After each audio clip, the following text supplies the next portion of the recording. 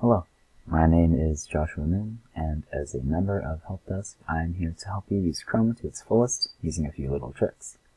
Some of the stuff we'll be learning about today will include features such as moving through tabs without your mouse, making new tabs, and easily creating a new window so that a student can sign in without having you sign out. So, to begin, we'll show or represent how to move forwards through tabs without using your mouse. So, there's a mouse right here.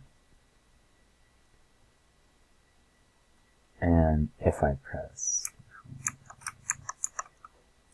Control Tab, I can easily move forwards through tabs. Obviously with the mouse staying right there the whole time, right? Now the next step is how to move backwards through tabs. As you can see right here, I have to press Control, Shift, and Tab. And you can see there, it's moving backwards.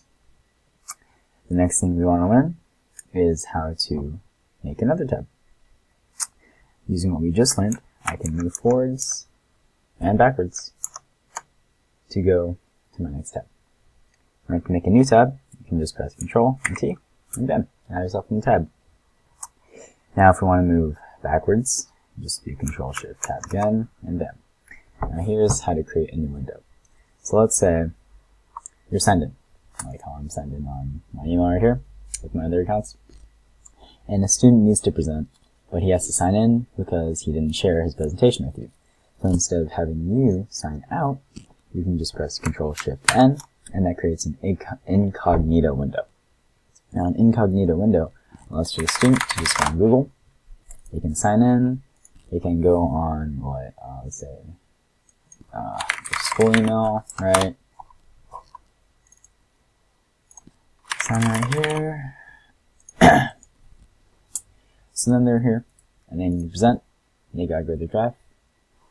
And once they're done, all you have to do is just close the window, and not only are they signed out, but you get to stay signed in.